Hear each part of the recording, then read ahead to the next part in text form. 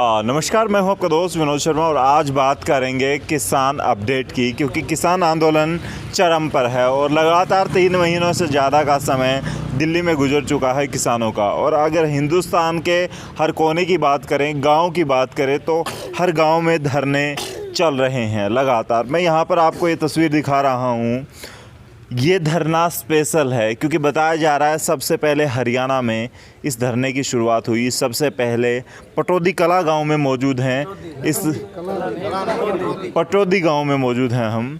इस गांव में धरने की सबसे पहले शुरुआत हुई और मुख्य बातें बहुत ज़्यादा हैं इस गांव की। यहाँ के जो किसान नेता हैं वो महेंद्र सिंह टिकैत, जो कि टिकैत साहब, टिकैत बाबा के नाम से काफ़ी फेमस हैं। और आज बातचीत चल रही है कि अगर वो होते तो आज किसानों का जो आंदोलन है उससे पहले ही समाप्ति हो जाती और सरकार को घुटने टेकने पड़ते। ऐसी बातें चलती हैं। आज उनके बेटे हैं राकेश टिकैत, नरेश टिकैत, वो लड़ रहे हैं इस आंदोलन को। तो टिकैत साहब के बारे में भी जानेंगे, उनका कैसा नेचर था, किस प्रकार से सरकार को मना लिया करते हैं। होशियार सिंह सर, क्या कहेंगे? आज बातचीत चल रही है, आप थोड़ा सा फेस इस तरफ कर लें। हर बार पहले तो मीटिंग पे मीटिंग होती रही, आज मुश्किलें इतनी आ गई कि मीटिंग होनी ही बंद हो गई। सरकार ने जब कोर्ट वाला मसला चला उसके बाद उसमें ऐसा है जी, कई संगठन है जिसमें किसान, मजदूर, कर्मचारी सभी का एक संगठन है। उनकी अलग अलग मांगे हैं।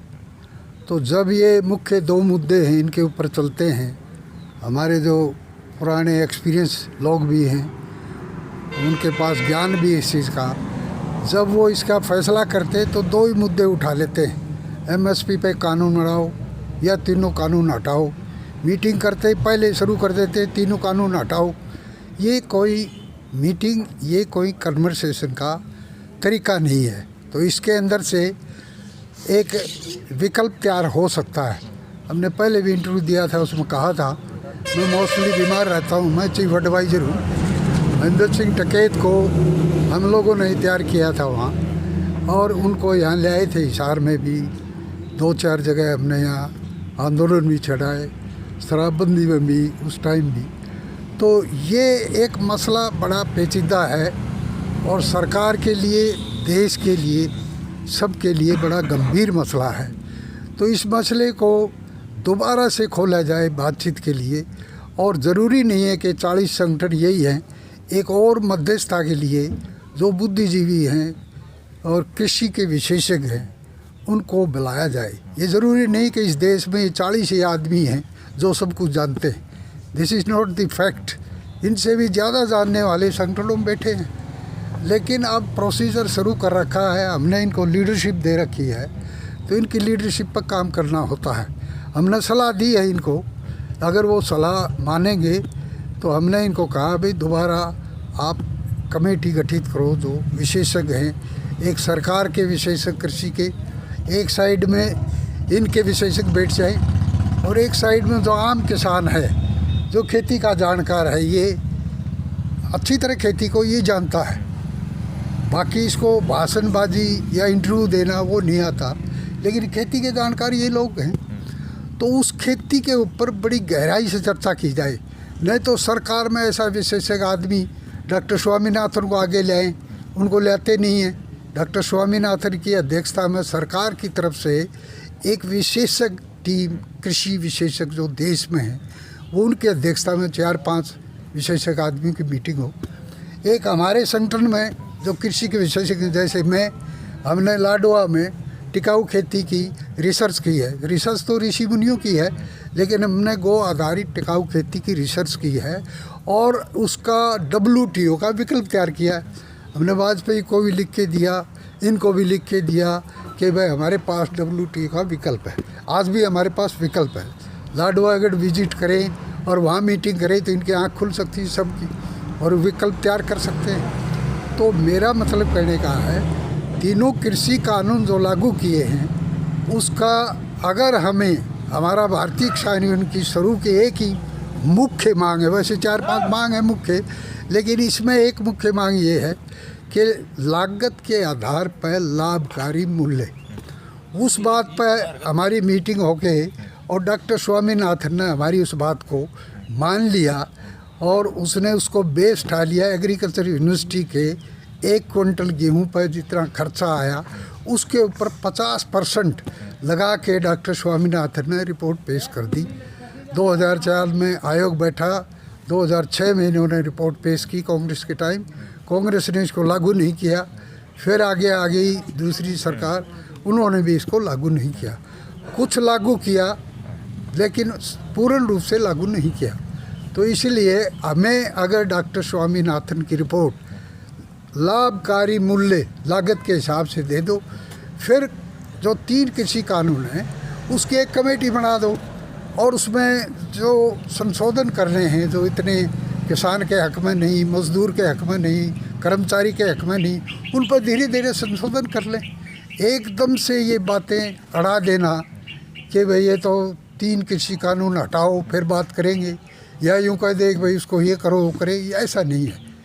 दोबारा एक प्रयास करना चाहिए और प्रधानमंत्री ने भी नरम पड़ना चाहिए इस बात में। वो बुद्धिजीवी आदमी बता रहे हैं अपने आप को, तो उन्होंने सोचना चाहिए और ये विचार निकल सकता है। हम मानते हैं WTO का प्रेशर है, विश्व व्यापार संगठन के प्रेशर से ये जो 3 कृषि कानून वो लाए हैं जिसमें पूंजीपति को काफ़ी फायदा है, हम मानते हैं उस बात को, प्रेशर है। दूसरे देशों में विश्व व्यापार संगठन है, काफ़ी ढीला है। अब सबकी नज़र इस सरकार पर है, भारत पर है कि भारत का किसान या सरकार अगर तीनों कृषि कानूनों को लागू कर दे तो दुनिया में WTO फिर मजबूत हो जाएगा और उसको फिर ये आगे बढ़ा सकते हैं। अदरवाइज़ विश्व व्यापार संगठन काफ़ी कमज़ोर पड़ा हुआ है, भारत पर पूरी दुनिया की नज़र है। ऐसे ही दुनिया के किसानों की भारत की इस आंदोलन पर नज़र है। वो भी ये सोचते हैं कि अगर ये भाव लग जाए, ये हमें मिल जाए तो किसानों को फ़ायदा हो सकता है। पूंजीपति सोचता है अगर तीनों कानून लागू हो जाएं तो हमारे को फ़ायदा है। तो ये सीधा टकराव हो गया पूंजीपति और लुटेरे और कमेरे वर्ग का। तो जो पूंजीपति है उसने भी ये सोचना चाहिए कि एकदम इतने बड़े डाके नहीं मारने चाहिए। ये भी बात ना हो तो मध्यस्थता में हो सकती है। डॉक्टर लोहिया जो दुनिया के सबसे बड़े अर्थशास्त्री हैं, उनका अर्थशास्त्र लागू किया जा सकता है। उनके अर्थशास्त्र दाम बांधो नीति लागू कर दो, उसमें पूंजीपति, व्यापारी, कर्मचारी, किसान सबको फ़ायदा हो सकता है। क्योंकि उनकी जो दाम बांधो नीति है पूंजी, समय और श्रम के ऊपर बेस पे है। 3 आधार हैं उसके, पूंजी, श्रम और समय। किसी वस्तु को बनाने में कितना समय लगा, कितनी पूंजी लगी और कितना उसका श्रम लगा, मजदूरी लगी, उसको रेशियो बना के अगर ये दाम बांधो नीति देश में लागू कर दो, सब झगड़े खत्म हो जाएंगे। पूंजीपति को प्रॉफिट होगा, व्यापारी को भी, किसान को भी, सबको हो सकता है। एक ये तरीका है। एक तरीका है खेत जो है एक दाने के 1000 दाने बनाने वाला दुनिया में सबसे बड़ा कारखाना है, जिसको ये कारखाना नहीं मानते। कारखाना किसे कहते हैं? जो उत्पाद करे, केवल धरती उत्पाद करती है। ये कहते हैं हमारी इंडस्ट्री है बड़ी बड़ी, इनकी इंडस्ट्री नाम रखा है, कारखाना है इनका। क्या करती हैं, क्या पैदा करती हैं? वो प्रोसेस करती हैं, एक कच्चे माल की शक्ल बदलती है। रुई इधर, बिंदोड़ा नहरा, बिंदोड़ा रगड़ दिया, तेल नहरा, तो शक्ल बदलती, पैदा नहीं करती। और खेत पैदा करता है। इसको इंडस्ट्री मान लो और जो उद्योग नीति है देश की उसके साथ जोड़ दो, उसके साथ एडजस्ट कर लो, तो भी बात बन सकती है। There are many methods. कोई अकेला ये नहीं है कि 3 कानून बना दिए, इनको वापस लो, घटाओ, और भी तरीके हैं। तो इन तरीक़ों से इस समस्या का समाधान निकल सकता है। सर, मैं बातचीत करना चाहूँगा आपसे। आप लंबी बातचीत करेंगे मुझे आशा है, क्योंकि आप महेंद्र टिकैत जी, महेंद्र टिकैत बाबा के नाम से जाने जाते हैं। उनके साथ आपने काम किया है और किसानों के बारे में आपसे ज़्यादा मेरे हिसाब से कोई नहीं सोचता, क्योंकि बुजुर्ग किसान है वो किसानी और किसानों का भला ज़रूर चाहता है। मैं ये बात ज़रूर करूँगा। और आप राजनीति नहीं कर रहे, ये भी बात सही है, क्योंकि किसान आंदोलन में कहीं ना कहीं आज तक कुछ लोग बातचीत कर रहे हैं, किसान भी बातचीत कर रहे हैं कि इतनी जो लंबी बातचीत चल गई, इतना आंदोलन चल गया, इतना चलना नहीं चाहिए था, क्योंकि राजनीति बहुत ज़्यादा चल रही है अभी। चाहे विपक्ष कर रहा है, चाहे पक्ष कर रहा है, राजनीति ज़रूर चल रही है। मैं बात करूँगा नरेंद्र तोमर का। कुछ दिन पहले मैंने एक वीडियो देखा, लगातार वो बोल रहे हैं कि अमेंडमेंट ज़रूर होते हैं किसी भी बिल में। किसान नेता आए, हमें समझाएं कि ज़रूरत क्या है, क्या बदलाव की ज़रूरत है। चेंज करवाने के पीछे ही किसान क्यों पड़े हैं, इस बारे में क्या कहना चाहिए? वो ठीक है, उसमें कुछ अमेंडमेंट हो तो इसके अंदर कुछ अमेंडमेंट हो सकते हैं। और उसका जो ये जो कह रहे हैं ना एमएसपी कोई कहानी नहीं है, ये मिनिमम सपोर्ट प्राइस है जिससे सरकार ये काम चला हुई खरीद करती है। और उसमें भी पूरी खरीद नहीं करती है, 6-7% खरीद होती है, बाकी नहीं होती है। तो एमएसपी का हमारा नहीं था। हमारा भारतीय किसान यूनियन का जो बेसिक डिमांड है और मुख्य डिमांड है वो लागत के हिसाब से लाभकारी मूल्य है। वो डॉक्टर स्वामीनाथन हमारी बात को समझते हैं। तो एक कमेटी डॉक्टर स्वामीनाथन की अध्यक्षता में हो जाए और उसमें जो है ना हमारे किसानों के प्रतिनिधि और गवर्नमेंट के प्रतिनिधि किसी विशेषज्ञ बैठ जाए और फिर वो बात हल हो सकती है, उसके तरीके निकल सकते हैं। तो बात बंद नहीं होनी चाहिए, बात खुली होनी चाहिए और इसको जल्दी से जल्दी निपटाना चाहिए। ये देश हित में नहीं है, ये बहुत ख़तरनाक चीज़ है। इसके अंदर कोई भी स्टेटमेंट उल्टी छुट्टी दे देता है कोई, तो उससे काफ़ी नुकसान हो सकता है। तो नुकसान की बात करूंगा सर आपसे, बीच में आपको रोकना चाहूँगा मैं। नुकसान हरियाणा में कुछ वीडियोस वायरल हो रहे हैं लगातार। कोई किसान 50 एकड़ की भूमि है, कोई 1 एकड़ की है, 10 एकड़ की है, ट्रैक्टर से उसको तबाह कर रहा है। हरी फसल खड़ी है, पकने को तैयार है और उस फसल को अभी से ट्रैक्टर से रौंदने को तैयार है। वो कहते हैं कि हमारे नेता ऐसे बयान देते हैं कि अब हम फसल नहीं बेचेंगे, हम फसल भेजना ही नहीं चाहते मंडी, इसलिए हम इसे तबाह कर रहे हैं। ये कितना जायज़ है, कितना नाजायज़? ये हमारा क्या है, अब चौधरी महेंद्र सिंह एक बहुत मैच्योर आदमी थे और ये उनके लड़के जो हैं ये थोड़े जवान हैं और उत्तेजित हो जाते हैं। कई बार जो बयानबाजी करते हैं वो काफ़ी गलत बगैर सोच समझे के बयानबाजी कर देते हैं। जो इन्होंने पीछे गेहूँ जलाने का बयानबाजी की थी कि हम आग लगा देंगे, ये गलत बयान था।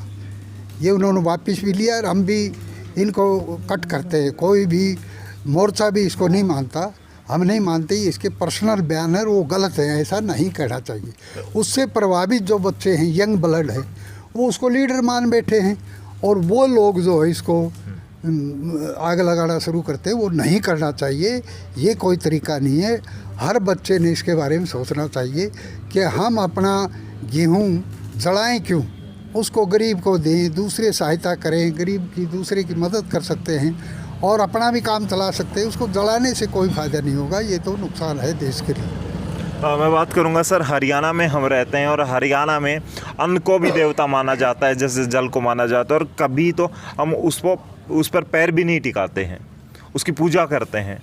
और आज उस अन्न को रौंदा जा रहा है। कहीं ना कहीं नेतृत्व में कमजोरी है या फिर किसान इतना भोला है कि एक कॉल आती है, एक वीडियो आती है, उसके बाद ऐसे फैसले ले लिए जाते हैं जिस फसल के लिए कर्जा उठाना पड़ता है, बहुत ज़्यादा खर्चा लगाना पड़ता है और उस फसल को ऐसे रौंद दिया जाता है।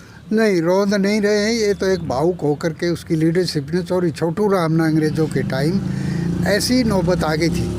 अंग्रेज़ उस टाइम गेहूं का भाव तय कर रहा था 6 रुपये क्विंटल, और चौधरी छोटू राम उस टाइम हमारे देश के किसानों के नेता थे। उन्होंने 2-3 वायसराय से 2-4 बार मीटिंग की और उस मीटिंग में फैसला हुआ, उसने ये कहा भाई 6 रुपये से ज़्यादा हम नहीं दे सकते।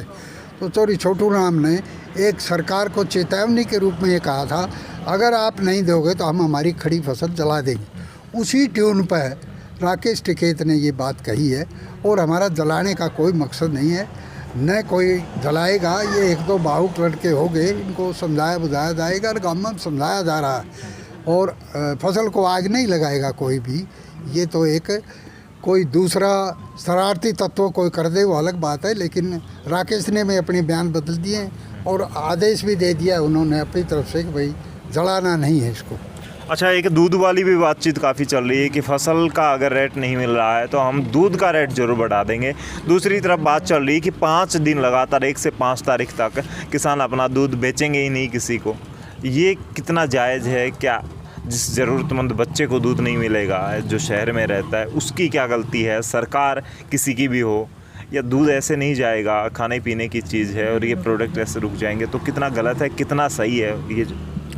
देखो, हमने विचार विमर्श किया था, जो हमारी बुद्धिजीवी शैल है, सलाहकार समिति में बैठ के हमने पीछे इस पर बड़ा भारी चिंतन किया है तो, और हमने विचार लगाया था कि अगर सरकार नहीं मानती है, इस बात पर फैसला नहीं होता है, तो किसान असहयोग आंदोलन चलाने पर मजबूर हो जाएगा और मजबूरी में वो अपनी जो फसल है, अब सरकार फसल का भाव नहीं देगी, कितने दिन बैठे रहेंगे, पूरा देश भी नहीं बैठा रह सकता।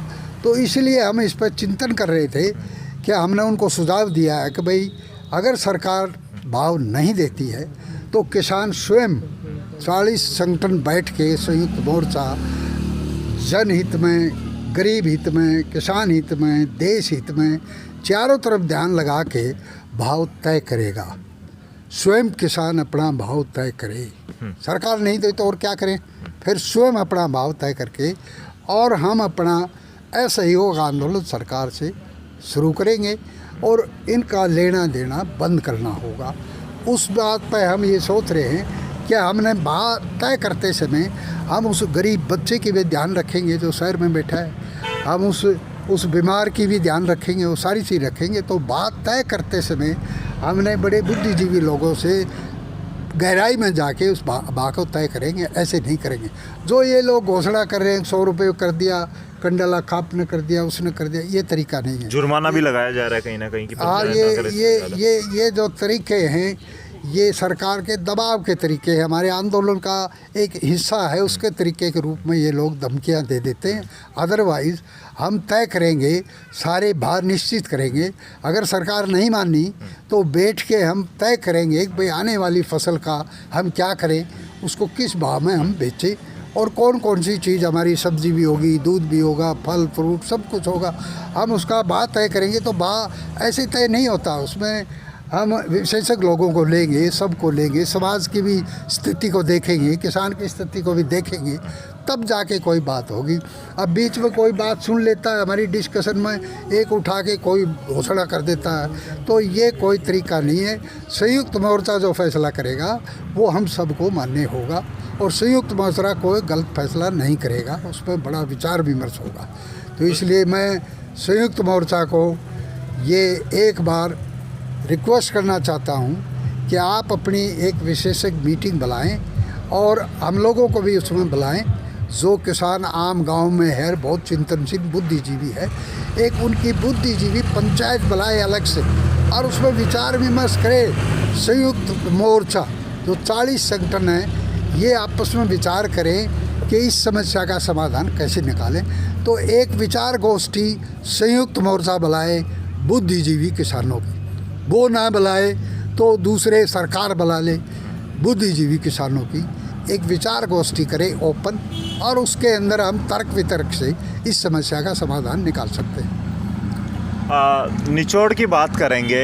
आपने निचोड़ निकाल दिया पूरे आंदोलन का, कैसे इसको सुलझाया जा सकता है। हम बात आंदोलन की नहीं करेंगे, उससे पहले की बात करेंगे। आप टिकैत बाबा के साथ रहे हैं, उनके भावों को समझते हैं, उनके आंदोलन का तरीका। मैं बात करूंगा आज से पहले जब आप टिकैत साहब के साथ रहा करते, जब वो थे, तब कैसा तरीका था और अब आंदोलन का तरीका कितना बदल गया है, उनके क्या विचार थे आंदोलन को लेकर, किसानों को लेकर? उस टाइम जो था हमारा आंदोलन विधिवत तरीके से चलता था, मीटिंगें होती थी और हमारे जो पदाधिकारी थे 2 ग्रुप थे, एक सलाहकार समिति थी, मैं चीफ एडवाइज़र था और हम उसके साथ में हरियाणा से इस बात को लेकर हम चले थे। यूनियन का जन्म उमरे में, यहाँ हमारे गांव से नज़दीक है, उमरा गांव से शुरू हुआ था। वैसे तो यूनियन का जन्म कंजावला से भूमि अधिग्रहण के टाइम का आंदोलन चला हुआ था, वहाँ हुआ था और वहाँ से यूनियन का ऑफिस कंजावला बना और कंजावले से मेजर ईश्वरदयाल त्यागी भारत के प्रधान बने और महासचिव समर सिंह समर बवाना से बने, दिल्ली के पास बवाना है, और वो दोनों हरियाणा में आए और हम यहाँ 4-5 आदमी के बीच में विचार विमर्श हुआ और उस टाइम हमने ये यूनियन की स्थापना की। भारतीय किसान यूनियन 3 फरवरी 1979 से इसका स्थापना हुई हरियाणा में उमरा गांव में, और वहाँ से फिर यह आंदोलन आगे चला पहला ऑफिस हमने तोसाम में खोला, यहाँ 3 साल ऑफिस चला। फिर यहाँ लोगों ने राजनीति वगैरह, बंसीलाल का बड़ा प्रभाव था, सुरेंद्र का प्रभाव था, उन लोगों ने इसको चलने नहीं दिया। फिर हम यहाँ से आगे चले गए, हांसी चला 10 साल ऑफिस हांसी में रखा। वहाँ भी हम विधिवत पंचायती सिस्टम से चुनाव करते थे, गांव में मेंबर बनाते थे, यूनियन बनाते थे। और फिर बाद में जींद ऑफिस खुल गया, वहाँ उस टाइम तक मांगेराम मलिक इसके प्रधान थे, वो विधिवत तरीके से संगठन को चलाते थे। और इसके बीच में घासीराम जी आगे वहाँ जींद में, वो पॉलिटिकल थे और वो ओम प्रकाश चौटाला से नज़दीक थे, और कई लोगों ने मिल के उसमें यूनियन में वो दखल हो गए, और कुछ लोग लाग लूग के उन्होंने प्रधान को चेंज कर दिया, बहुमत उनका हो गया और उन्होंने फिर यूनियन को चलाया। तो ऐसे तरीके से वो जब यूनियन में डल गए तो वो पॉलिटिक को रहे, अच्छा चलाया उन्होंने भी 2 साल, लेकिन यूनियन की विचारधारा से हटते चले गए। लीडरशिप में ज़्यादा लोग विश्वास करने लगे। आज भी बहुत से लोग लीडरी के चक्कर में ज़्यादा हैं, यूनियन की विचारधारा को कम समझते हैं। बहुत से लोग जानते भी नहीं यूनियन की परिभाषा क्या है, यूनियन की विचारधारा क्या है, यूनियन का मुख्य उद्देश्य क्या है, दे डोंट नो। लेकिन इसमें लगे हुए अब आम आदमी इसकी, पहले हम शिविर लगाते थे, ट्रेनिंग देते थे, एक कार्यकर्ता को ट्रेन करते थे, समझाते थे, फिर प्रैक्टिकल करते थे, सारी चीज़ें उसको डेमोन्स्ट्रेशन प्लांट लगा के देते थे, खेती के बारे में सिखाते थे, टिकाऊ खेती के बारे में सिखाते थे, हर चीज़ के बारे में सिखाते थे। हमने लाडवा गौशाला में टिकाऊ खेती को जो रिसर्च करी, उसका उद्घाटन हमने चौधरी महेंद्र सिंह टिकैत से हल जुतवा के किया। टिकाऊ खेती का उद्घाटन टिकैत ने किया, और उस खेती को वो ले गए। हमने सोचा ये आगे यूपी में बढ़ाएंगे, उधर बढ़ाएंगे, और वो लेके वहीं ठप्स हो गए। लेकिन एक सिर्फ वहाँ क्या है, खाप प्रथा है, खाप के चौधरियों का खेल है, वो विचारधारा को कम करते हैं, चौधरी को चक्कर में, खापों के चक्कर से संगठन को ज़्यादा चलाते हैं। वैसे यूनियन जो है अब कुछ स्टेज पर आई है, उन्होंने रजिस्ट्रेशन भी किया है और अब तरीके से वो चल रही है, और नरेश टिकैत भी इसके अच्छे प्रधान हैं और ठीक चल रहा है। लेकिन अब आगे इसको बढ़ाते तो उससे पहले ये अब लंबा चौड़ा ये आंदोलन छिड़ गया। अब इसके अंदर जो तरह तरह के विचार आते हैं, तरह तरह की बयानबाजियों से बचना चाहिए, यूनियन की विचारधारा को समझना चाहिए। इसलिए विचार गोष्ठी बुलाना अति आवश्यक है। जितने भी हमारे लीडर हैं और जो कुछ कर्मठ कार्यकर्ता है, बुद्धिजीवी लोग जो गाँव में बैठे हैं, वो सब इकट्ठे होकर इसके बारे में विचार गोष्ठी करनी चाहिए। इस समस्या का समाधान जल्दी निकालना चाहिए। आपने एक बात की कि कहीं ना कहीं यूनियन का जो रूल होते हैं वो फीके पड़ जाते हैं, जहां राजनीति आ जाती है, लीडरशिप की भावना आ जाती है। आपसे बात करना चाहूँगा, कोई नेता निकल के आता है, युवा हो चाहे कोई भी हो, 4 दिन किसानों से नारे लगवाता है, 5वें दिन किसी न किसी जगह से नॉमिनेशन किए हुए मिलता है और वो कहता है कि मैं किसानों के लिए बहुत कुछ कर दूंगा। क्या मानते हैं कि किसान इतनी भोली कौम है, आज जिसके साथ खड़ी है उसने धोखा कर दिया तो उसके साथ खड़ी है, फिर भी धोखा मिल रहा है, तो इसका सॉल्यूशन क्या हो सकता है? उसका सॉल्यूशन यही था कि हम विधिवत तरीके से ट्रेंड कैडर तैयार करते, हर गांव में यूनिटी बनाते। पहले ज़रूरी है हर गांव में एकता करना, यूनिटी बनाना, गांव को डेवलप करना। अगर आज हम WTO विकल्प है हमारा गांव, अगर गांव सारा इकट्ठा हो जाए तो हम ये 3 कृषि कानूनों का विकल्प तैयार कर सकते हैं। सारे गांव का अनाज इकट्ठा होकर हम विदेशों में बेचें, हम यहीं हमारे खाद्यान्न पदार्थ की छोटे छोटे कारखाने, उद्योग, सभी बेरोज़गार लड़के गांव में उनको यूज़ कर ले। सारी चीज़ हम यहाँ कर सकते हैं। लेकिन वो ट्रेनिंग न होने की वजह से ऐसा हमारा कैडर है, राजनीति इस देश में ज़्यादा हावी है। आप कोई भी संगठन बनाओ, कोई भी ऑर्गेनाइजेशन शुरू करोगे तो उसमें राजनीति आ जाएगी। बच्चे के दिमाग में राजनीति घुस गई है, जो उसको निकालना बड़ा मुश्किल है।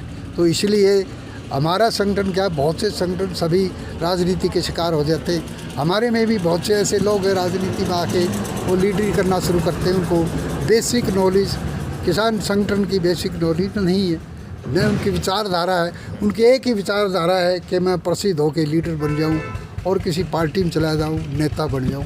नेतागिरी का आंदोलन खतरनाक है। ये संगठन जो है अलग विचारधारा का है। इसके अंदर जो राजनीति लोग करते हैं वो भी गलत है। उन लोगों ने राजनीति नहीं करनी चाहिए। अगर उन्होंने राजनीति करनी, अपनी अलग से पार्टी बनाओ या किसी पार्टी में ज्वाइन हो जाओ या अपनी विचारधारा लेके करो। इसको जो गुमराह कर रहे हैं, भारत की राजनीति गुमराह है। भारत की कोई भी पॉलिटिकल पार्टी की विचारधारा नहीं है, अगर है तो उसको लागू नहीं करते। तो ये इसलिए हमने यहाँ तक भी विचार विमर्श करना शुरू कर दिया है कि अब कोई भी पॉलिटिकल पार्टी किसान के हित में नहीं है। तो इसलिए हमने अब राजनीतिक व्यवस्था बदलने के बारे में ही चिंतन शुरू कर दिया। क्या हम किस पार्टी को वोट दें? जो वादा करके जाता है कोई भी पूरा नहीं करता। तो हमने ये फैसला कर लिया है मोस्टली कि भाई आने वाले समय में हम तो इस राजनीतिक व्यवस्था को बदलना पड़ेगा, हमारी मजबूरी हो गई। कोई भी पॉलिटिकल पार्टी ऐसी रही नहीं जो वादा करती है उसको पूरा नहीं करती, कहती कुछ है करती कुछ है। तो किसान और देश गुमराह है, देश के लिए भी खतरनाक बात है। अगर हम इसको ठीक ढंग से संगठन अगर सही चले, पॉलिटिकल पार्टी सही चले, अपने वादे पर चले तो कोई समस्या नहीं है। लेकिन यहाँ तो अब स्वार्थ की राजनीति इतनी भयंकर होगी, इतनी घटिया किस्म की होगी। ये ढोल की वोट की राजनीति ने देश में जग जगह फूट पैदा कर दी। हम इस व्यवस्था को बदल के पंचायती शासन प्रणाली फिर से लाना चाहते हैं। ये ढोल की वोट की राजनीति देश में रहेगी तो हमेशा फूट रहेगी, इसमें कभी भाईचारा नहीं बन सकता। ये अंग्रेजी राजनीति है, अंग्रेज़ों की राजनीति है, ये हमारी राजनीति नहीं है। भारतीय राजनीति है पंच परमेश्वर पर आधारित भारतीय पंचायती शासन प्रणाली, वही हमारे को सूट करती है। और उसके लिए हम संयुक्त मोर्चा को भी बताएंगे, इन लोगों को भी बताएंगे। आगे आंदोलन क्या रूप लेता है उसके हम इंतज़ार करते हैं। लेकिन पहले ये समस्या तो सुलझे। ये खतरनाक स्टेज पर बैठी है तो इसको सुलझाने के लिए हम प्रयास कर रहे हैं। इनको सुझाव भी देंगे जैसे तैसे। और सरकार को भी चाहिए नरम पड़े और सरकार खुल के आए। अगर आपके पास अच्छे विकल्प और है तो आए, हमारे पास है तो हमारी सुने। तो एकले ये दोनों टकरा के, ये तो दोनों जोटे टकरा गए, जाते वो टकर गया, इधर से वो बोल गया, अब चले गए। ये मीटिंग नहीं है। मीटिंग का तो बड़ा तर्क वितर्क से उसके ऊपर बात हो, जब कोई बात। अच्छा, मैं पूछना चाहूँगा, अगर आज बाबा टिकैत जिंदा होते, इस आंदोलन में होते, तो ये आंदोलन इतना लंबा चलता है या क्या मानना है आपका? इससे पहले भी इसका सॉल्यूशन हो सकता था?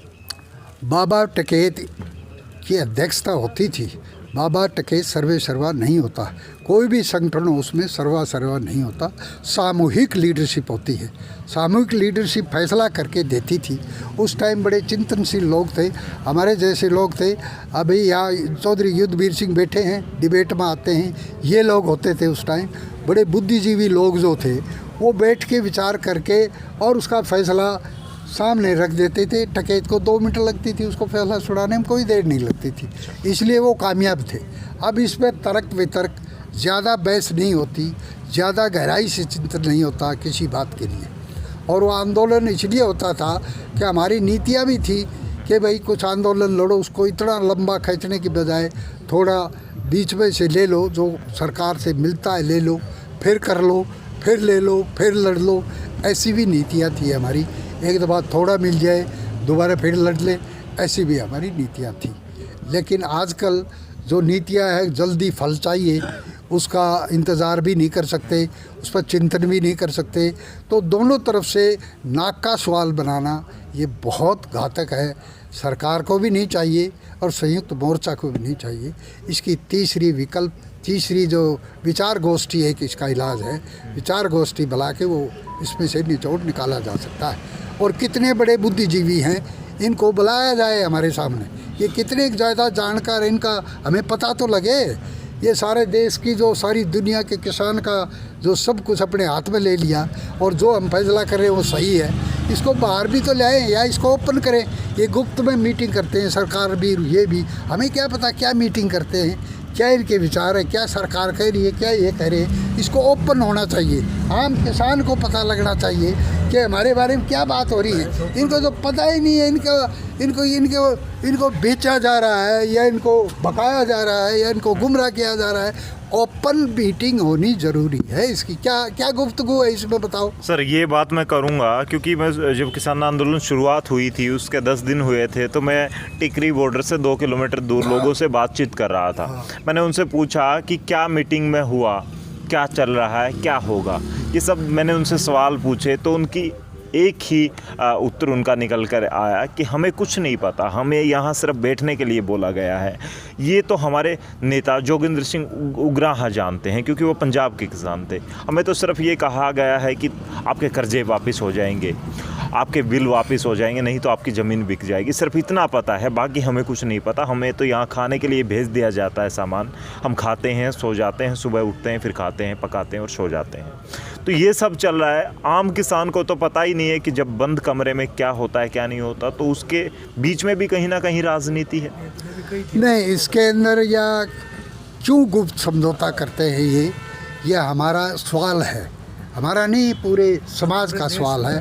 पूरे देश का किसान इस बात को जानना चाहता है। भाई गुप्त हमारा क्या है, हमारी मांग है, सरकार ने देनी है, आपस में बैठ के बात करें तो ये जितना भी किसान है उसको ओपन देख सके कि मेरी बात हो रही है, मैं कहाँ गलती पर हूँ, कहाँ सरकार गलती पर है, मुझे कितना मांगना चाहिए, कितना नहीं मांगना चाहिए, सरकार कितनी मजबूर है, मैं कितना खुला हूँ। ये सारी बातें हों तो इसका समाधान निकल सकता है। ये गुप्त मीटिंग करते हैं, न तो सरकार का पता, न हमारे जो संयुक्त मोर्चा है इन्होंने क्या बातचीत की उसका क्या पता। इसलिए ये बड़ा गंभीर सवाल है। आगे कोई मीटिंग होती है, वार्तालाप होती है, खुला ओपन मंच होना चाहिए। इधर सरकार, इधर संयुक्त मोर्चा बैठ के बात करनी चाहिए। लेकिन प्रधानमंत्री जी ने भी जब काफ़ी समय हो गया था तो संज्ञान लिया और उनका एक मैसेज आता है कि मैं खाली एक फ़ोन कॉल की दूरी पर हूँ, लेकिन आज तक वो मीटिंग नहीं हुई है। तो क्या प्रधानमंत्री या सरकार के नुमाइंदे नहीं चाहते कि किसान आंदोलन का हल निकले, या फिर किसानों के नेता जो 40 लोग हैं जो लगातार मीटिंग करते आ रहे थे वो नहीं चाहते? वो फ़ोन कॉल कर कौन नहीं रहा, कौन नहीं करना चाहता वो फ़ोन कॉल? दोनों तरफ से नाक का सवाल बनाए बैठे, इसलिए हम कह रहे हैं। नहीं, गुप्त मीटिंग करते थे, अगर ये खुली मीटिंग करते होते तो हम बता देते कौन से के दिमाग में क्या है। अब हमें क्या पता इन्होंने पीछे क्या गुप्त मीटिंगें की, उस बात से पता नहीं लगता। अब तो साफ दिखता है, पूरी दुनिया को दिखता है। दोनों ने नाक का सवाल बना रखा है। किसान तो कहता है मैं तैयार हूँ, लेकिन प्रधानमंत्री बुलाए उनको। उस तरफ से प्रधानमंत्री या कृषि मंत्री भी आके कहते हैं कि प्रधानमंत्री भी तैयार हैं, सरकार भी तैयार है, ये लोग नहीं करते। नहीं, ऐसा है। अब प्रधानमंत्री को बुलाना चाहिए ना, जब उन्होंने कहा कि टेलीफोन नज़दीक है तो उन्होंने बुलाना चाहिए, और बुला करके प्रधानमंत्री स्वयं मीटिंग की अध्यक्षता करे। क्यों भेजता है दूसरे मंत्रियों को जिनके हाथ में कुछ है नहीं? प्रधानमंत्री स्वयं आए, सीधी बात करे और अपनी विशेषज्ञ साथ में लाए। डॉक्टर स्वामीनाथन जैसे विद्वान बैठे हैं लाए साथ में, और दूसरे कृषि विशेषज्ञ आए और वो बैठ के बातचीत करें, खुली बातचीत करें। क्या डर है, हमारे प्रधानमंत्री हैं वो, ये हमारे किसान हैं, इनमें आपस में क्या भेदभाव है? ओपन हाल में खुली उसके अंदर बातचीत करें तो हल निकल सकता है। लेकिन बड़ी जिद तो ये है ना सर कि इधर से तो किसान नेता कहते हैं कि बिल वापसी होगी, उधर से सरकार कहती कि अमेंडमेंट हो सकती है लेकिन बिल वापसी नहीं होगी। तो दिक्कत तो यहाँ आ रही है, मेन दिक्कत तो। इसलिए विचार गोष्ठी नेसेसरी है। 2 आदमी टकरा जाए तो तीसरा मध्यस्थता के लिए कोई रास्ता तो निकालोगे। लेकिन फिर सुप्रीम कोर्ट ने मध्यस्थता के लिए 4 लोगों की कमेटी बनाई थी, उसको भी नकार दिया किसान नेताओं ने। किसानों ने कहा कि यहाँ भी हमें डाउट है, फिर वहाँ दिक्कत आ गई। अब तीसरी कोई संगोष्ठी की जाए, उसके लिए टीम गठित हो, उसके लिए भी उंगलियाँ उठेंगी, बातचीत चलेंगी, फिर हल कैसे हो? नहीं, हल तो यही होगा ना, सुप्रीम कोर्ट ने जब कमेटी बना रखी है, एक आदमी वहाँ से हट गए हैं, प्रेशर के कारण हटे, और वो कैसे हटे हैं वो जाने। लेकिन इसकी कमेटी को बढ़ाया जाए, इसमें हटने की क्या बात थी, इसमें इनको क्या तकलीफ़ थी? किसी को कोई तकलीफ़ नहीं इसमें। तो मीटिंग करके विचार गोष्ठी, कोई लागू थोड़ा होना है। पहले तो तर्क वितर्क निकाल के इसकी समस्या का समाधान निकालें। हाँ। समझ में आए तो मान लें, नहीं आए तो मना कर दें। इसमें क्या बड़ी बात है? सरकार भी मना कर सकती है, वो भी मना कर सकते हैं, लेकिन एक विचार गोष्ठी तो हो, इसका असली पता तो लगे कि सरकार कहाँ खड़ी है और ये कहाँ खड़े हैं। अब पता ही नहीं है, ये गुप्त मीटिंग कर लेते हैं, खुली मीटिंग नहीं करते। तो या तो एक ऐसी कमेटी बनाए सुप्रीम कोर्ट पर हमारा विश्वास है, विश्वास क्यों नहीं है, हमारे कार्यकर्ताओं सबको विश्वास है, लेकिन ये केस है गवर्नमेंट का, कोर्ट का केस नहीं था। इसलिए सुप्रीम कोर्ट ने तो ये कमेटी इसलिए बनाई थी, भी आप सर्वे करके हमें रिपोर्ट दो और फिर कोई बातचीत करेंगे।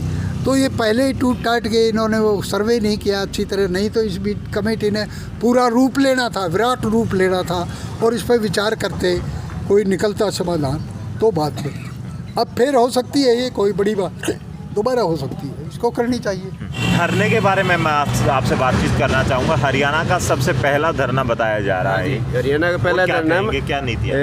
इसकी नीतियाँ यही है कि हर गांव में एक कमेटी बनाई जाए और उस कमेटी के अंदर जो है ना सारे गांव के 36 बिरादरी के लोग शामिल हों, क्योंकि ये इसकी मार सबसे ज़्यादा आगे गरीब पे पड़ने वाली है। जब किसान तो अपनी पैदा करता है, वो तो खाने लायक अपनी चीज़ पैदा कर लेगा, लेकिन जो गरीब आदमी है वो कहाँ से लाएगा? इतनी महंगाई हो जाएगी, जब एक पूंजीपति सारी चीज़ों को स्टॉक कर लेगा तो उसकी ऑटोमेटिक जो है ना मार्केट में कीमत बढ़नी तय है। तो उस टाइम गरीब के लिए क्या इनका सरकार का कोई प्रोसेस नहीं है। हो सकता है जो ये मतलब जो कम कीमत पे जो देते हैं अनाज, ये भी शायद बंद कर दे, तो उस टाइम इसका क्या होगा गरीब आदमी का? तो ये हर गांव की कमेटी बने और हर गांव का 36 बिरादरी का इसमें शामिल हो और वो सरकार के सामने रखे कि हमारा भी इसमें समाधान और ख्याल रखा जाए। तो ये जो है ना हर गांव में हम भी प्रचार करने गए थे कि हर गांव अपनी कमेटी और यूनियन बनाए, ताकि कल को अगर कोई असहयोग आंदोलन भी हो तो उसके अंदर भी सभी जाति बिरादरी का ध्यान रख करके और उनकी जो समस्याओं का भी इस किसान के साथ जोड़ा जाए, हल निकाला जाए इसका।